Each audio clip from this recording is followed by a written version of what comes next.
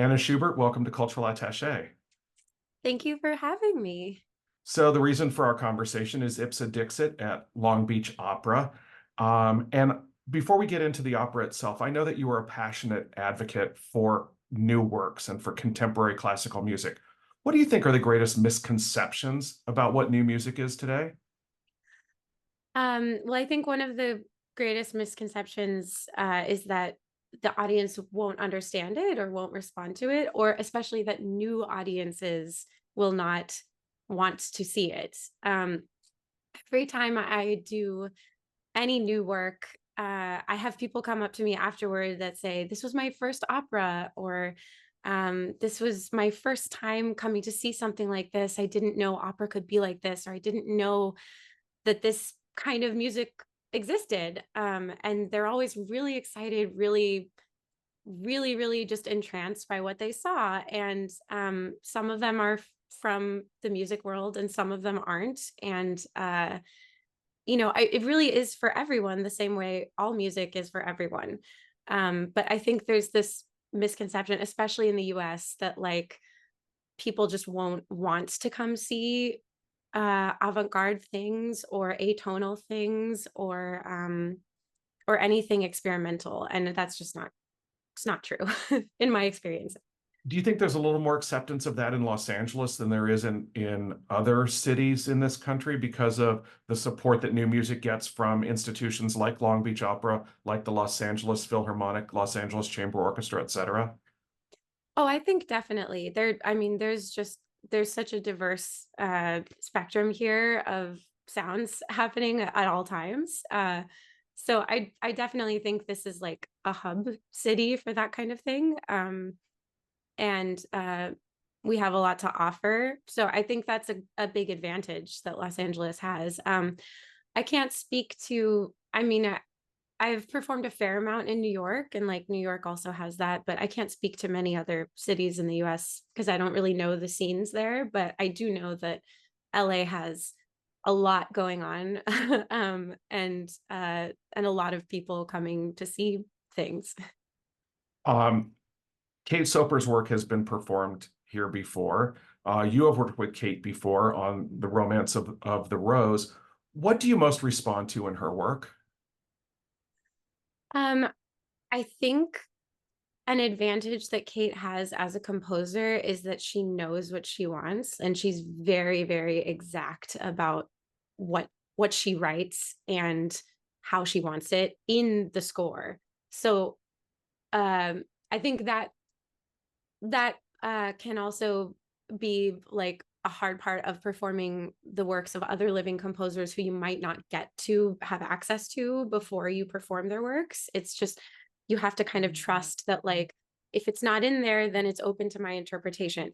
And Kate like writes everything out very exact. Oftentimes like she'll write staging out like in the Romance of the Rose there was staging written in already. um and with Ipsa Dixit, especially, there's like every single thing. There's like 30 pages or something of performance notes before the score, that have text and translations and notes about what certain figures might mean, in terms of the sound that you're supposed to produce. Notes about microtones. Like there's everything is written in there for you. Um, and I think that is an advantage because then I don't have to do um, really any work as an interpreter of the music. Like how should I sing this line or how should I, then everything I get to decide after that is just dramatic. Like how emotionally do I want to emote this line? And sometimes even that's in there too. So like I think she really knows how she wants a piece when she puts it out. But Yeah. there is freedom for you as an artist to bring what you do to it as well. It's not regimented. Of course, yeah. Like there's plenty of room for artistic interpretation as well. But yeah, I think she is very meticulous in the details of her work. Um More so I think than other composers that I've worked with. And Yeah, I think that's one of her like that's one of the standout things for me in terms of like performing her music is that like everything that, if you might have a question elsewhere, like, oh, does this dynamic have to be in there? Yes, it does, because she makes it very clear, like, that's part of this, or whatever. Um, and that, I mean, it can also make it hard, like, because then you're just like married to certain things. And so you really do need to figure out like how to do them, And so if it's like a technique you've never done before, it's like, well, you better figure it out.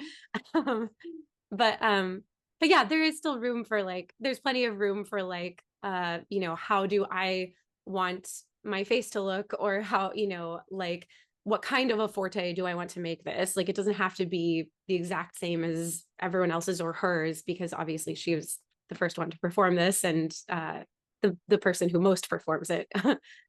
Well, and that I assume that gives her an advantage as a composer because she is writing for her voice, which means she must know very well how to write for voice. Yeah. Um, yeah, I think she knows very well how to write for a lot of instruments. But yeah, there are times like as a soprano, I rarely have to go below a middle C. Um, and she goes below middle C a lot because I think she has a very unique range where like wherein she can just belt out in her chest voice, down to, I think the lowest note I have to go down to in this piece is a D flat below the staff, which I had never sung out loud before. um, and uh, and then the highest note is a high D, so it's like it's a very rangy piece, and so like a high D I sing all the time as a soprano, but I rarely ever have to sing anything below a middle C, and if I do, it's like maybe it's an A once or twice, but like this is full of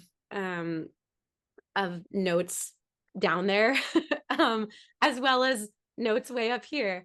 And so yeah, I mean, like she does write really well for voice, but I think also she has like a unique instrument that she writes for specifically. And that's another one of those things where it's like, you're kind of like trying to fit into the box that she created for you. And so if like maybe you're used to kind of existing over here, it's like, well, for this piece you need to exist here, so you better figure it out, you know.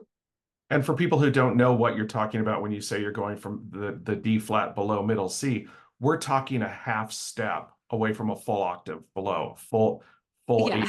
eight notes down. Yes, yeah, exactly. And I Uh, mean, when I do it, it's just it's part of the effect. Like I'm sure she knows that that's incredibly low for a soprano and even for a mezzo to sing. And so like the way I have to produce it is just like it's air with like a little bit of a little bit of the D flat in there. It's like but I think that's also part of the effect for the moment in the movement that I'm talking about. So like I'm right. sure she knows that that's how it has to be sung. Now, if you were to describe Ipsa Dixit to people who have no idea what it is, how would you describe it? Oh man. I don't I don't know, because it's not an opera, and it's not a song cycle, and it's not really a chamber piece, but it is also all of those things. So like it is hard to define it. I would say the best way for me to describe it is just like a a doctoral thesis encapsulated in a piece of music. Like um it's very very complex and intricate, and there's a lot of text. There's philosophical text, there's philosophical questions posed and answered. There's also drama, there's a whole scene between the soprano and the percussionist where I'm playing Socrates, and our percussionist Sydney is playing Crito, and we're having a dialogue about how I'm about to be executed. So like there's and then there's also poetry set. So yeah, it's really hard to encapsulate into one thing. there's like the drama of opera, but there's also the poetic nuance of art song, and yeah, and then there's also a bunch of extended technique and wild things that we're doing. So I think there's something for everyone. And for those who don't know, there's also film components and dance as well. Oh yes, yeah, and in our production as well. Yeah, we're joined by a couple of dancers from the Martha Graham Dance Company, which is really exciting. They're amazing, and they're interpreting the work in their way. And yeah, and then there's going to be some old film shown behind us. So yeah, there's a lot. Well, given how much is in there and how many different sources are used for the text, is there any part of the text that most resonates with you that you are most passionate about? I think, hmm.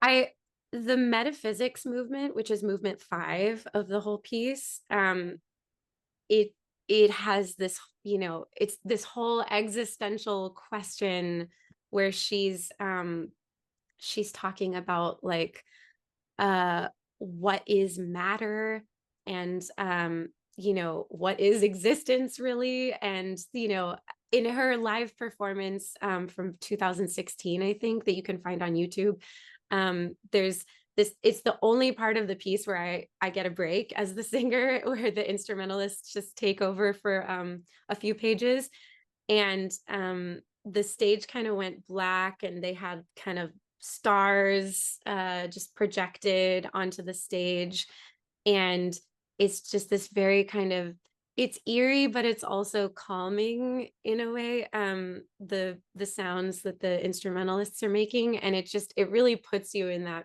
place where I think we all have been, where you're just like looking up at the sky and thinking about how small you are.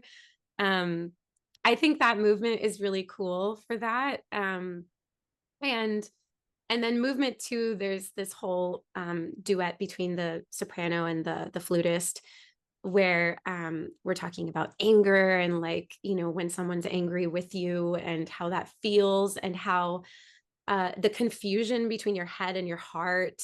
There's a poem that she sets about that, and I think those texts are also very affecting, and the way she sets them is super affecting. It's one of my favorite moments in the piece to perform, because it captures like rage, and just that, like, that polarity between like feeling so attached to someone, but then also just feeling like a distance because you're two different people, and like how to navigate that, this like push pull, and like the way she sets it between the soprano and the flutist is very affecting, I think. So those are my two personal favorites at the moment, but who knows, maybe those will change by the time we get to the performance. I don't know.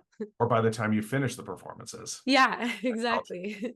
Now, I interviewed Kate 3 years ago, and she told me then that her relationship to her work evolves over time. I don't know how heavily involved she's been in this production, but are you aware of any changes, small or large, that she's made to Ipsa Dixit since it was first performed? I don't think, like, this is what I mean when I feel like this piece specifically, like Romance of the Rose, I think it was far less this way.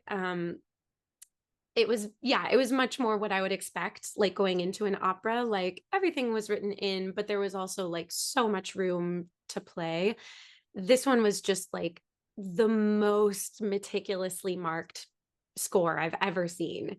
Um, and so like I've noticed like maybe a few differences between the score that I have and like the live performance, and the studio recording that she did with her ensemble Wet Ink. um but they're very, very small. It's like, maybe she took a line out here, a line of text, or maybe she altered like the way she said a line. Like there's a line that I say where in the score that I have, where it says, nor does the use of more than one and even multiple frequently altering meters mean the poet is a hack. And the way she says it is different in the live performance. And so, I'm going with the score that's in front of me. But maybe I should email her about that. She hasn't been very involved with this one. I think, she's busy with other projects. So like we haven't really touched base with her about it. But yeah, I think again, that's also because the score like says everything that you need really. That yeah, more so than any other that I've seen. And I hope the text that you just provided as an example doesn't go by as quickly, Oh, musically yeah. as it just did verbally. Yeah. um, no, you'll catch it. It's set to a very specific uh rhythm. Yeah, that sounded like complex Stephen Sondheim patter at the speed Yeah, right. I you just know. described it.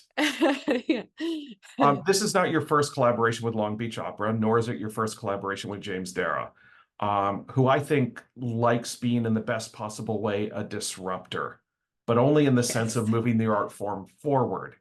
How does this production accomplish that goal?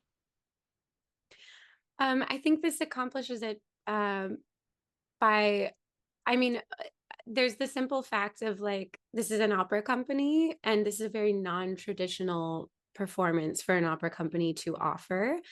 Um, I I think something that James is very passionate about and something that I appreciate from him as as a performer myself and someone that loves to do new works is that he programs so much new music on the like main stage, it's part of the main season. It's not like a side project or or it's not like, oh, and here's our one little specialty thing for the season. Like, isn't that cool? Like, it's the thing, it's the thing that they're offering. Um, I appreciate that, and I appreciate that Long Beach Opera has a long history of that. They'll program more traditional things, but they'll also in the same season program something like this or a new commission or whatever. Or they'll program something old but present it in a new way. And I really appreciate that. And I think that is like a big component of James as a personality and as a director. And yeah, I think that also makes it super unique. Like I can't think of other opera companies that are doing that as consistently. So I really appreciate him and Chris for that. Chris Rountree. Yeah. Yeah, I think the first production of a Philip Glass opera I saw in this area was Akhenaten at Long Beach Opera, at least 10 years or more before LA Opera did a Philip Glass opera. Yeah. So that's an And example of what Long Beach Opera can do or does. yeah, yeah. Now you mentioned, it's putting it on the main stage and not saying, oh, here's our little piece over here that we do. But you were part of a little piece that Los Angeles Opera did, called Prism, which I Yeah. think is one of the most powerful and harrowing works I've ever seen. And I will never forget that performance. But opera, whether new or old, I think is at its best when it's dealing with really big emotions and complex issues. But what are the personal challenges of delving so deeply into this kind of material? Uh, well, I think a big challenge for me is when it's a story that maybe I don't have a personal experience with. It's like, how do I tell this? How do I convey this honestly and sincerely without it feeling insincere? Like yeah, I think it's finding like a personal connection to it that isn't inauthentic. I think that's like the hard part of playing any role, really. But yeah, when something deals with themes that are universal, whether it's an older work or a new work, you're thinking about like this is going to mean something different to everyone in the audience. So how do I play it not in a generalized way, but in a very specific way where they're like, that means something so personal to her. And it also means something so personal to me. that where like it bridges that gap. Because I think if you play something too vague or too just generalized, where you're trying to like appeal to all different experiences with something, then it just loses meaning, it loses, it loses authenticity, and it's boring.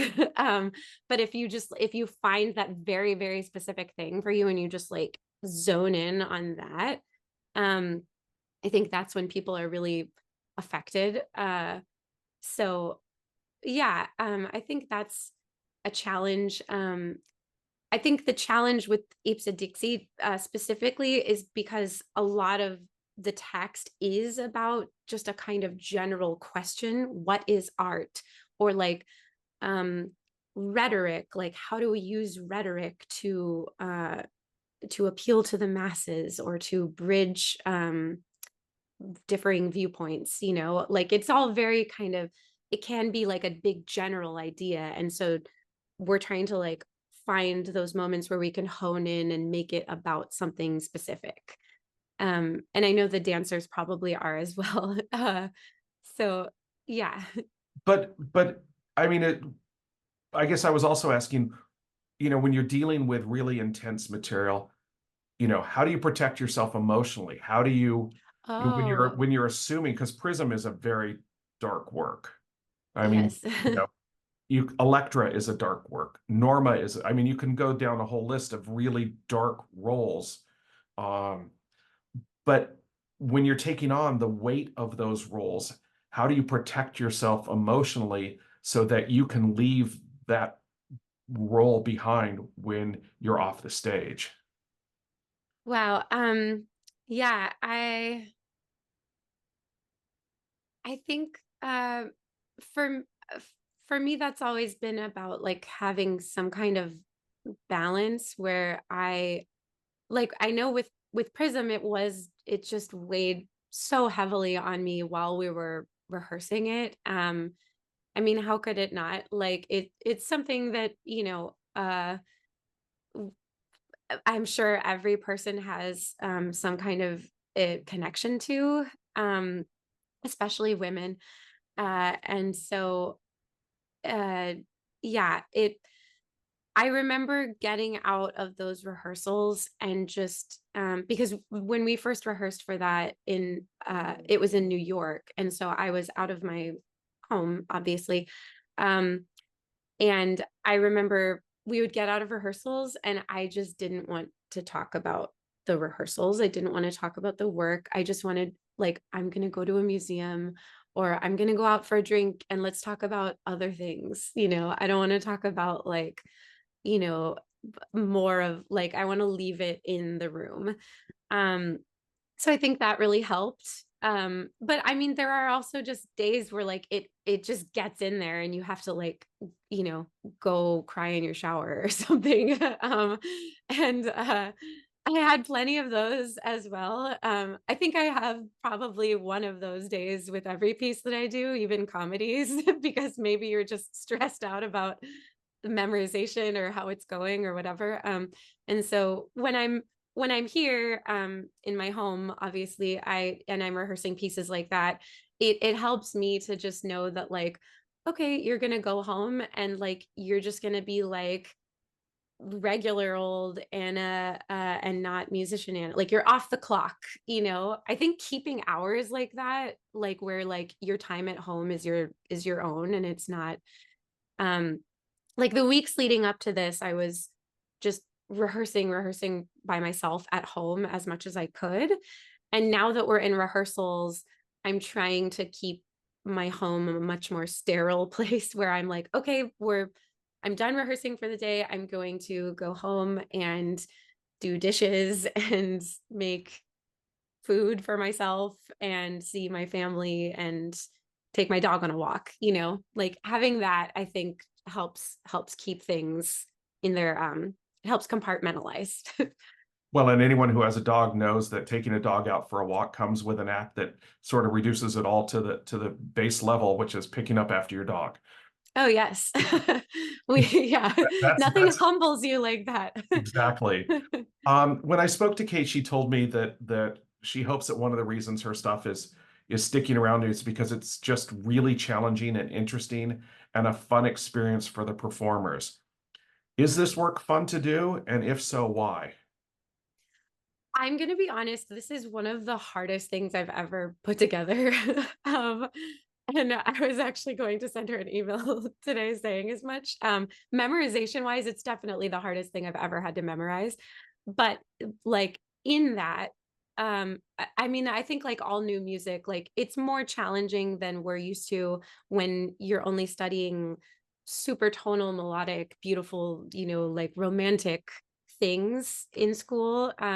Which is often the case. Like I still don't think that this kind of music is um, studied enough or prioritized enough in conservatories, at least in the U.S. Um, and and then a lot of people get out of school and they're expecting to sing bel canto for the rest of their lives or Mozart or something, which are all very challenging in their own way and like very challenging technique wise, um but I think some people like the first time they see a score like this, it's like you're having a stroke. You're just like that can't be a real note head, or and like I think familiarity with this kind of thing at an earlier age in general would be good, but that's a sidebar. Um I I think this music is very, very challenging, and I'm sure she wrote it to be that way. But therein lies the satisfaction of putting it together because, when it all comes together, and like we've had this in the rehearsal room several times, the instrumentalists and I, where like when all the musicians are just finally like in sync on something and things are like clicking into place, you just feel this like high of like, oh my gosh, like it worked, like we did it, um and then you have to memorize it, which is a whole other issue, um but yeah, just getting it to like come together is so satisfying when you feel like you're working so hard uh to to read the rhythms exactly and get everything to line up where it should line up, and sound good where it's not supposed to line up, because there are plenty of moments in the score where Kate just writes out of time, and so it's kind of very aleatoric, like we're all just kind of taking our own tempo, but then in 10 measures we need to line up like starting now, and so uh yeah, getting it to work is just like very, very satisfying. And then the effect too that it creates, because you can hear from her performances on YouTube that are there, or when you come to see our show, that like the effects are just kind of mind-blowing in certain places.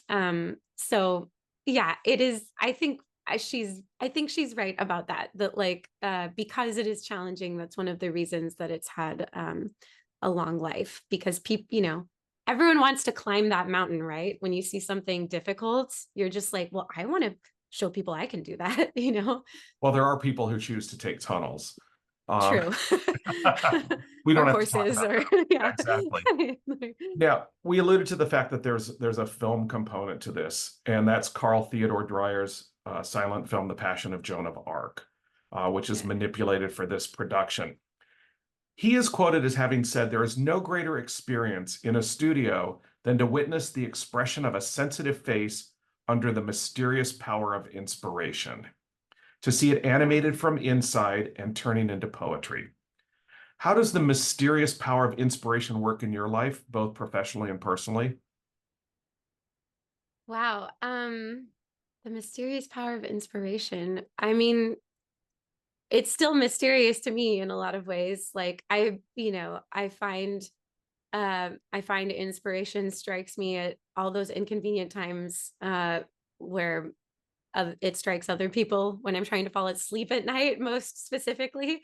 I've always had trouble falling asleep at night, and especially when I'm working on a piece, that I'm just really in the thick of it. I find myself going to sleep at night and thinking about the words, but then also having like ideas and I want to write them down. So um yeah, I don't know. I think like a lot of people when I'm under extreme duress, inspiration seems to strike me mysteriously. um uh, During the pandemic, I like when when we were a lot of us were just like recording things from home and that was kind of the only thing we were allowed to do. Uh I got really into just like experimenting with sounds, like what kinds of sounds can I make my voice produce and how can I put them into pieces and that was the first time I think also in my adult life that I'd had any time to just let inspiration strike because a lot of time I mean I have a notes app full of just like crazy ideas I've written down at like 3 in the morning or like I've like run out of the shower to write down really quickly, that still just like haven't gone anywhere. But but yeah, like I think, the trauma of like having all your work removed and then just like being alone with your thoughts and a microphone all the time was enough for me personally to allow space for inspiration. And the rest of the time, it's kind of seems to come out of me as like part of a creative process preparing any piece. I think whenever when you meditate on something long enough, that that is going to produce creativity and inspire you. And I find that seems to happen with every piece that I work on. And then personally, I I tend to find the most sort of inspiration outside of situations like that when I am outside, away from overstimulation. So maybe on a hike, definitely on a hike. Or I like to be outside at night.